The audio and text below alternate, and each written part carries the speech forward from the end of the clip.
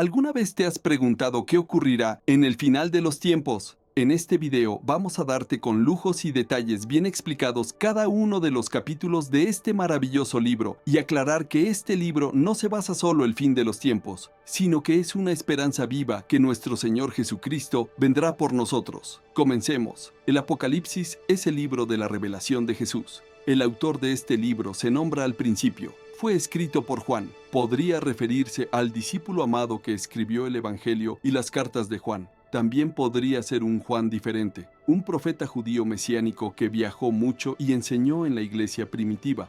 Sea cual fuere Juan, deja claro en el párrafo inicial qué tipo de libro ha escrito. Él lo llama en primer lugar una revelación o apocalipsis. La palabra griega es apocalipsis y se refiere a un tipo de literatura muy familiar a los lectores de Juan, de las escrituras hebreas y de otros textos judíos populares. Apocalipsis relata los sueños y visiones simbólicos de un profeta que reveló la perspectiva celestial de Dios sobre la historia y los acontecimientos actuales para que el presente pudiera ser visto a la luz del resultado final de la historia. Juan dice que este Apocalipsis es una profecía, lo que significa que es la palabra de Dios hablada por medio de un profeta al pueblo de Dios, generalmente para advertir o consolarlos en un momento de crisis. Al decir que este libro es de profecía, Juan dice que está en la tradición de los profetas bíblicos y está llevando su mensaje a un clímax. Esta profecía apocalíptica fue enviada a personas reales que Juan conocía. El libro abre y cierra como una carta circular que fue enviada a 7 iglesias en la antigua provincia romana de Asia. Recordemos que 7 es un número significativo para Juan. Es un símbolo de plenitud basado en el ciclo del Sabbat de 7 días en el Antiguo Testamento, y Juan ha entretejido el número 7 en cada parte de este libro. Con esta apertura, Juan nos ha dado una guía clara sobre cómo quiere que entendamos este libro. El Apocalipsis judío se comunica a través de imágenes simbólicas y números.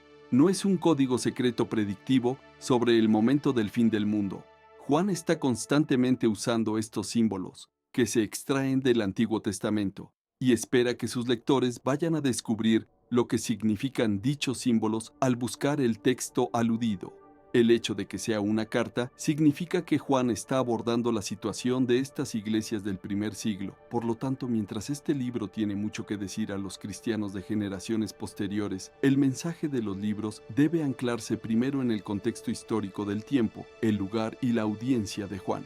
Esto nos lleva a la primera sección del libro, el mensaje de Jesús a las 7 iglesias. Juan estaba exiliado en la isla de Patmos y tuvo una visión de Jesús resucitado exaltado como el Rey del mundo y que estaba de pie entre 7 candeleros. A Juan se le dijo que esto es un símbolo de las 7 iglesias de Asia Menor, lo cual ha sido adaptado del libro del profeta Zacarías. Y Jesús comienza a hacer frente a los problemas específicos que enfrenta cada iglesia. Algunos apáticos debido a la riqueza y la opulencia. Otros se vieron comprometidos moralmente. Su gente seguía comiendo comidas rituales paganas y teniendo sexo casual en los templos paganos. Pero en otras de las iglesias, sus miembros permanecieron fieles a Jesús y estaban sufriendo acoso e incluso persecución violenta. Jesús les advierte que las cosas van a empeorar, una tribulación que viene sobre las iglesias y que les obligará a elegir entre la transigencia o la fidelidad. Persecución de los cristianos. Por la época de Juan se aprobó el asesinato de cristianos por el emperador romano Nerón, y la persecución de los cristianos por el emperador Domiciano probablemente estaba ya en marcha. Y así, la tentación era negar a Jesús, ya sea para evitar la persecución o simplemente para unirse al espíritu de la época romana. Jesús los llama a la fidelidad para que puedan superar o literalmente conquistar. Jesús promete una recompensa para todos los que se mantienen fieles en estas iglesias. Cada recompensa se extrae directamente de la visión final del libro acerca del matrimonio del cielo y la tierra. Y así, esta sección introductoria establece la tensión de la trama principal que impulsará la historia en este libro. ¿Permanecerá la gente de Jesús? ¿Van a heredar el nuevo mundo que Dios les tiene reservado? Y ahora nos podemos preguntar, ¿por qué la fidelidad a Jesús está descrita como una conquista? El resto del libro es la respuesta de Juan a esta pregunta. Después de esto, Juan tiene una visión de la sala del trono celestial de Dios y lo describe con imágenes sacadas de muchos profetas del Antiguo Testamento. Alrededor de Dios están criaturas y ancianos que representan toda la creación y las naciones humanas, y le están dando el honor y la lealtad al único y verdadero Dios creador, que es Santo, Santo, Santo. En la mano de Dios se encuentra un pergamino enrollado que está cerrado con 7 sellos de cera. Simboliza el mensaje de los profetas del Antiguo Testamento y el pergamino sellado de las visiones de Daniel. El Cordero sacrificado. Estos tratan de cómo se establecerá el reino de Dios plenamente aquí en la tierra como en el cielo. Pero resulta que nadie es capaz de abrir el pergamino hasta que Juan oye de alguien que sí puede hacerlo. Es el león de la tribu de Judá y la raíz de David. Él sí puede abrirlo. Estas son descripciones clásicas del Antiguo Testamento acerca del rey mesiánico que traería el reino de Dios a través de la conquista militar. Esto es lo que Juan escucha, pero luego cuando se da la vuelta, lo que ve no es un rey león agresivo, sino un cordero sacrificado y ensangrentado que está vivo, de pie y listo para abrir el pergamino. Ahora el símbolo de Jesús como un cordero inmolado. Esto es de vital importancia para la comprensión del libro. Juan está diciendo que la promesa del Antiguo Testamento del futuro reino victorioso de Dios fue inaugurado por el Mesías crucificado. Jesús venció a sus enemigos al morir por ellos como el verdadero Cordero Pascual para que pudieran ser redimidos. Debido a la resurrección, la muerte de Jesús en la cruz no fue una derrota, era su entronización y la forma con la que venció el mal.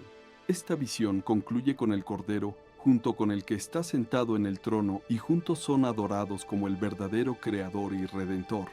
Y ahora el Cordero inmolado comienza a abrir el pergamino. Este es un símbolo de su autoridad divina para guiar a su conclusión la historia humana. 7 sellos, 7 trompetas y 7 copas. Esto nos lleva a la siguiente sección del libro, los 3 ciclos del 7, 7 sellos, 7 trompetas y 7 copas. Y cada ciclo representa el reino de Dios y su justicia que viene aquí a la tierra, así como ya existe en el cielo. Algunas personas piensan que los 3 conjuntos de 7 juicios divinos representan una secuencia lineal literal de eventos que o bien sucedieron en el pasado o podrían estar sucediendo ahora en el presente o aún están por suceder en el futuro, cuando Jesús regrese.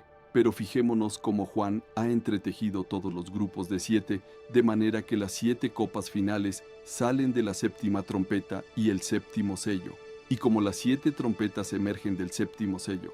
Son como las muñecas rusas. Cada séptimo elemento contiene a los siguientes 7. Observemos también cómo cada una de las series de 7 culmina en el juicio final y tienen conclusiones coincidentes. Por lo tanto, es más probable que Juan esté usando cada conjunto de 7 para representar el mismo periodo de tiempo entre la resurrección y el futuro de Jesús, desde 3 puntos de vista diferentes. El Cordero Inmolado comienza a abrir los primeros 4 sellos del pergamino y Juan ve 4 jinetes.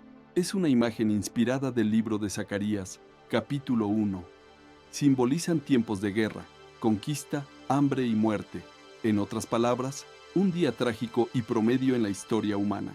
A continuación, el quinto sello representa a los mártires cristianos asesinados delante del trono celestial de Dios, y el grito de su sangre inocente se alza delante de Dios como el humo del altar del incienso, y se les dice que descansen porque aún más cristianos van a morir. No se nos dice por qué, pero se nos dice que no va a durar para siempre. El sexto sello es la respuesta final de Dios a sus oraciones. Trae el gran día del Señor, que fue descrita en Isaías y Joel. El pueblo de la tierra clama, ¿quién es capaz de soportar y mantenerse en pie? En este punto, Juan detiene de repente la acción con un intermedio para responder a esta pregunta. Juan ve a un ángel con un anillo de sello, que viene para colocar una marca de protección a los servidores de Dios que están soportando toda esta dificultad. Juan escucha también que el número de los que son sellados es de 144,000. Es un censo militar como el que está en el libro de Números, capítulo 1. Hay 12,000 de cada una de las 12 tribus de Israel. Fijémonos que el número de este ejército es lo que Juan escuchó, al igual que escuchó del león conquistador de Judá. Pero en ambos casos, lo que luego ve, tras darse la vuelta, es el sorprendente cumplimiento de esas imágenes militares en Jesús, el Cordero Inmolado. Así que, cuando ve a este ejército mesiánico del reino de Dios, ve que se compone de personas de todas las naciones que cumplen la antigua promesa de Dios a Abraham. Este ejército multiétnico del Cordero puede sostenerse delante de Dios debido a que han sido redimidos por la sangre del Cordero, y ahora son llamados a conquistar, no matando a sus enemigos, sino sufriendo y dando testimonio al igual que el Cordero. Después de esto, el séptimo y último sello se rompe, pero antes de que el pergamino sea abierto, las 7 trompetas de advertencia emergen y fuego es tomado del altar del incienso. Este simboliza el clamor de los mártires, que es derramado sobre la tierra y trae el día del Señor. Las 7 trompetas. Ahora, con las 7 trompetas, Juan retrocede y vuelve a contar la historia de nuevo, esta vez con imágenes de la historia del Éxodo. Así que los primeros 5 sonidos de trompeta reproducen las plagas enviadas a Egipto. La sexta trompeta libera los 4 jinetes que vinieron de los primeros 4 sellos. Y entonces Juan nos dice que, a pesar de todas estas plagas, las naciones no se arrepintieron. Al igual que el faraón no lo hizo en la historia del Éxodo. Parece que el juicio de Dios por sí solo no va a llevar a la gente al arrepentimiento humilde delante de él. Entonces Juan detiene de nuevo la acción con otro intermedio. Un ángel trae el pergamino sin sello que fue abierto por el Cordero. Y al igual que a Ezequiel, a Juan se le dice que se coma el pergamino y anuncie su mensaje a las naciones. Finalmente, el pergamino del Cordero está abierto, y ahora podremos descubrir cómo el reino de Dios vendrá aquí a la tierra. El contenido de los pergaminos se explica en 2 visiones simbólicas. Primero Juan ve el templo de Dios y los mártires junto al altar y se le dice que mida el templo y lo separe. Es una imagen de protección tomado de Zacarías capítulo 2. Los atrios de la ciudad son excluidos y son pisoteados por las naciones. Algunos piensan que esto se refiere literalmente a la destrucción de Jerusalén que ocurrió en el pasado o que ocurrirá en el futuro. Pero entonces, de repente, aparece una bestia horrible. Recordemos Daniel capítulo 7, y la bestia conquista a los testigos y los mata. Pero es entonces cuando Dios los trae de vuelta a la vida y reivindica a los testigos ante sus perseguidores. El resultado final es que muchas de las naciones finalmente se arrepienten y dan gloria al Dios creador en el día del Señor. Ahora, detengámonos y pensemos en la historia hasta ahora. Los juicios de advertencia de Dios a través de los sellos y las trompetas no generó el arrepentimiento entre las naciones. Al igual que las plagas del Éxodo, solo endureció el corazón del faraón, pero el Cordero conquistó a sus enemigos amándolos, muriendo por ellos. Y ahora el mensaje del pergamino del Cordero revela la misión de su ejército, la Iglesia. El reino de Dios será revelado cuando las naciones vean a la Iglesia imitando el amoroso sacrificio del Cordero, no matando a sus enemigos, sino muriendo por ellos. Es la misericordia de Dios mostrada a través de los seguidores de Jesús que llevará a las naciones al arrepentimiento. Y esta afirmación sorprendente es el mensaje del pergamino abierto que Juan ha colocado en el centro exacto de todo el libro. El reino de Dios será revelado cuando las naciones vean a la Iglesia imitando el amoroso sacrificio del Cordero.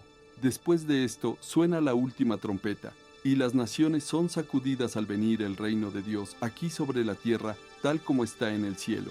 Así que ahora sabemos cómo la Iglesia dará testimonio a las naciones y heredará la nueva creación. Pero ¿quién era esa bestia terrible que libraba la guerra contra el pueblo de Dios? ¿Y cómo terminara toda la historia? Juan nos lo dirá en la segunda mitad del libro del Apocalipsis. En el resto del libro, Juan dará su interpretación de esta bestia y su guerra contra el pueblo de Dios y cómo termina toda la historia. Después de las 7 trompetas, Juan detiene el ciclo de 7 con una serie de visiones que él llama señales. La palabra significa literalmente símbolos, y estos capítulos están llenos de ellos. Estas visiones exploran el mensaje del rollo abierto con mayor profundidad. El primero de ellos revela la batalla espiritual cósmica que yacía detrás del sufrimiento de las 7 iglesias bajo la persecución romana. Es una manifestación de ese antiguo conflicto que comenzó en Génesis capítulo 3. La serpiente, que representa la fuente de todos los males, se representa aquí como un dragón. Ataca a una mujer y su simiente. Representan el Mesías y su pueblo. A continuación, el Mesías vence al dragón a través de su muerte y resurrección, y el dragón es arrojado a la tierra. Allí, el dragón inspira odio y persecución hacia el pueblo del Mesías, pero ellos van a vencer al dragón al resistir su influencia, incluso si éste los mata. Juan está tratando de mostrar a las iglesias que ni Roma ni cualquier otra nación o ser humano es el verdadero enemigo. Hay oscuros poderes espirituales trabajando, y los seguidores de Jesús anunciarán la victoria de Jesús, permaneciendo fieles y amando a sus enemigos, al igual que lo hizo el Cordero Inmolado. El número 666. La siguiente visión de Juan vuelve a contar la historia del mismo conflicto, esta vez con el simbolismo terrenal de las visiones animales de Daniel. Juan ve a dos bestias empoderadas por el dragón. Uno de ellos representa el poder militar de las naciones que conquista a través de la violencia. La otra bestia simboliza la máquina propagandística de la economía que exalta su poder como si fuera divino. Estas bestias exigen una lealtad completa de las naciones, y esto es simbolizado mediante la adopción de la marca de la bestia y su número, el 666, en la frente o en la mano. Ahora bien, esta es una imagen infame y no vamos a descubrir su significado mediante la lectura de titulares de noticias. Juan está haciendo aquí una clara referencia al hebreo del Antiguo Testamento. En primer lugar, esta marca es el Antishema. La escritura en la frente y en la mano es una clara referencia al Shema, una antigua oración judía de lealtad a Dios que se encuentra en el libro del Deuteronomio. Esta oración también fue escrita en la frente y en la mano como un símbolo de dedicar todos sus pensamientos y acciones al único Dios verdadero. Ahora bien, las naciones rebeldes demandan lealtad hacia sí mismas y obligan a todos a decidir a quién van a seguir. Luego está el número de la bestia, que ha fascinado a los lectores desde hace miles de años, pero esto no era un misterio para Juan. Él hablaba hebreo y griego, y letras hebreas eran también números. Si deletreas las palabras griegas Nerón César y la palabra bestia en hebreo, cada una equivale a 666. A pesar de esto, Juan no está diciendo que Nerón era el único cumplimiento de esta visión. Nerón es solo un ejemplo reciente del antiguo patrón presentado por Daniel, en las que las naciones se convierten en bestias cuando exaltan su propio poder y seguridad económica como si fuera un dios falso, y entonces demandan total lealtad de las demás naciones. En este sentido, Babilonia era la bestia en el tiempo de Daniel, pero este imperio fue seguido por Persia, luego Grecia y ahora Roma en los días de Juan, y así sucesivamente para cualquier nación posterior que actúa de la misma manera, de pie en oposición a las naciones bestiales, y el dragón está otro rey, es el Cordero Inmolado. Está con su ejército que han dado sus vidas para seguirlo, y desde de la Nueva Jerusalén, su canto de victoria se propaga a las naciones en lo que Juan llama el Evangelio Eterno, y llaman a todos a arrepentirse y adorar a Dios y a salir de Babilonia que va a caer. Sus días están contados, el juicio final.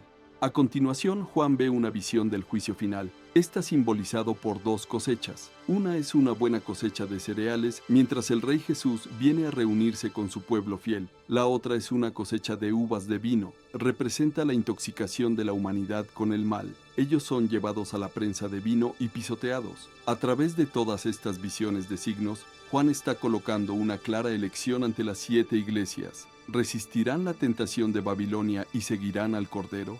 ¿O seguirán a la bestia y sufrirán su derrota? Ahora que la elección es clara, Juan vuelve a reproducir el ciclo final de 7 juicios divinos, simbolizado como derramando 7 copas. Ahora sabemos por el pergamino del Cordero y por las visiones de las señales que muchas de las naciones se arrepienten. Sin embargo, así como las plagas del Éxodo se repiten y se vierten a través de las copas, hay muchas personas que no se arrepienten, se resisten y maldicen a Dios al igual que el faraón. Todo esto conduce a la 6ª copa formada por el dragón y la bestia, que reúnen a las naciones para hacer la guerra contra el pueblo de Dios en un lugar llamado Armagedón. Esto se refiere a una llanura en el norte de Israel, donde se libraron muchas batallas por parte de Israel contra naciones invasoras. La 6ª copa. Algunas personas piensan que esta 6ª copa se refiere a una batalla real futura. Otras personas piensan que es una metáfora de la justicia final de Dios sobre el mal. De cualquier manera, Juan claramente tomó imágenes del libro de Ezequiel sobre la lucha de Dios con Gog. Gog era el símbolo de Ezequiel de las naciones rebeldes que se reunieron delante de Dios para enfrentarse a su justicia. Y eso es lo que viene en la séptima copa. Es la cuarta y última representación del día del Señor, cuando el mal de las naciones es derrotado de una vez por todas. Finalmente, Juan ha elaborado completamente el mensaje del pergamino abierto del Cordero, y ahora vuelve a desarrollar tres temas clave que ha introducido anteriormente: la caída de Babilonia, la batalla final para derrotar el mal y la llegada de la Nueva Jerusalén. Y cada uno de ellos explora la venida del reino de Dios desde un ángulo diferente. Primero, la caída de Babilonia. Un ángel le muestra a Juan una mujer impresionante que está vestida como una reina. Sin embargo, se encuentra ebria de la sangre de los mártires y de todas las personas inocentes. Está sentada sobre una bestia dragón mencionada en las señales de la visión. Es un símbolo de las naciones rebeldes y se llama Babilonia, la prostituta. Los símbolos detallados de esta visión eran muy claros a los primeros lectores de Juan. Lo está personificando en el poder militar y económico del Imperio Romano, pero también está haciendo algo más. En esta visión, Juan mezcla las palabras y las imágenes de cada pasaje del Antiguo Testamento acerca de la caída de la antigua Babilonia, de Tiro y Edom. Juan muestra cómo Roma es simplemente la versión más reciente del arquetipo del Antiguo Testamento, de la humanidad en rebelión contra Dios. Ellos se unen y forman naciones que exaltan su propia seguridad económica y militar en un Dios falso. Esto no es algo limitado para el pasado o el futuro. Es un retrato de la condición humana a través de la historia. Babilonias van y vienen hasta el día en que Jesús vuelva para reemplazar a Babilonia con su reino. Pero ¿cómo vendrá el reino de Jesús? Hasta este punto, el día del Señor ha sido representado como un día de fuego, o un terremoto, o una cosecha, y ahora se presenta como una batalla final y se remarca dos veces, resultando en la reivindicación de los mártires. Ahora Juan nos lleva de vuelta a la sexta copa, donde las naciones se reúnen para oponerse a Dios, y de repente aparece Jesús. Él es el gran héroe. Él es la palabra de Dios montado en un caballo blanco, y Él está listo para vencer el mal del mundo. Pero ahora fijémonos bien. Resulta que Jesús está cubierto de sangre antes incluso que la batalla comience. Eso es porque se trata de su propia sangre, y su única arma es la espada de su boca. Es una imagen adaptada de Isaías. Juan nos dice que el Armagedón no será un baño de sangre. Al contrario, el mismo Jesús que derramó su propia sangre por sus enemigos, ahora viene proclamando justicia. Él les va a pedir cuentas a los que se niegan a arrepentirse de las formas en que han participado en la destrucción del mundo bueno de Dios. Resulta que el fuego del infierno destructivo que ellos han desatado en el mundo de Dios justamente se convierte en su propio destino designado por Dios. Después de esto, Juan ve una visión de los seguidores de Jesús que han sido asesinados por Babilonia. Son resucitados y reinan con el Mesías durante 1000 años. Después de esto, el dragón que inspiró la rebelión de la humanidad contra Dios, junta a las naciones del mundo para rebelarse contra el reino de Dios. Pero ante el trono de la justicia de Dios, todos se enfrentan a las consecuencias de la derrota eterna. Y así las fuerzas del mal espirituales y todo el mundo que no quiere participar en el reino de Dios son destruidos. Se les da lo que quieren, existir por ellos mismos y para sí mismos. De esta manera, el dragón y Babilonia y todos los que los eligen son aislados eternamente, nunca más capaces de corromper la nueva creación de Dios. Ahora bien, hay mucho debate acerca de la relación de los 1000 años con estas dos batallas. Hay algunos que piensan que se refiere a una secuencia cronológica literal, el regreso de Jesús, seguido de un reino de 1000 años en la tierra llamada el milenio, seguido por el juicio final de Dios. Otras personas piensan que los 1000 años son un símbolo de la presente victoria de Jesús y los mártires sobre el mal espiritual, y que las dos batallas representan el futuro retorno de Jesús desde dos ángulos diferentes. Cualquiera que sea la postura que se tome, el punto principal es claro. Cuando Jesús regrese como rey, va a lidiar con el mal para siempre y reivindicará a aquellos que han sido fieles a él. El libro concluye con una visión final del matrimonio del cielo y la tierra. Un ángel muestra a Juan una novia hermosa que simboliza la nueva creación que ha venido a unirse para siempre con Dios y con su pueblo de la alianza. Dios anuncia que ha venido a vivir con la humanidad para siempre y que Él está haciendo todas las cosas nuevas. La visión de Juan es un caleidoscopio de las promesas del Antiguo Testamento.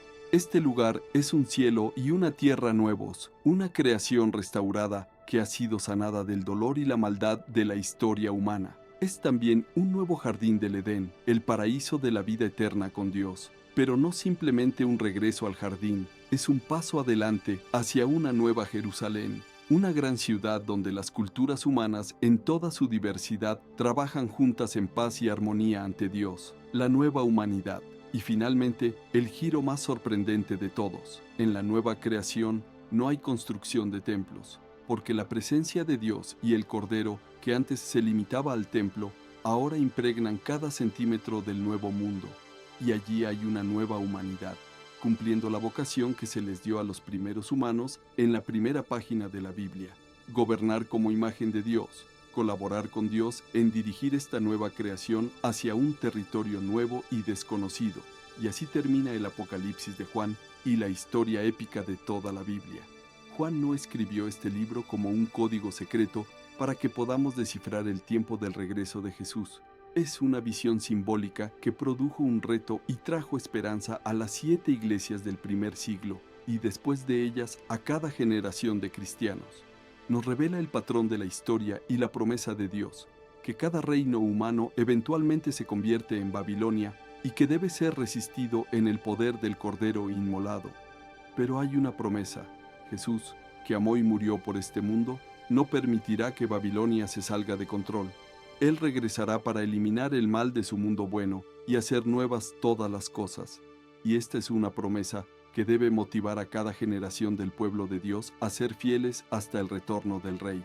Y de esto trata el libro del Apocalipsis. Y hasta aquí nuestro viaje a través del misterioso y fascinante tema del Apocalipsis. Espero que hayas disfrutado y aprendido algo nuevo sobre estas antiguas profecías y su impacto en nuestra cultura. Si te ha gustado este video, no olvides darle like y suscribirte a nuestro canal para más contenido fascinante. También, déjame un comentario con tus teorías o preguntas sobre el Apocalipsis. Me encantaría saber tu opinión. Nos vemos en el próximo video. Hasta pronto. Dios te bendiga.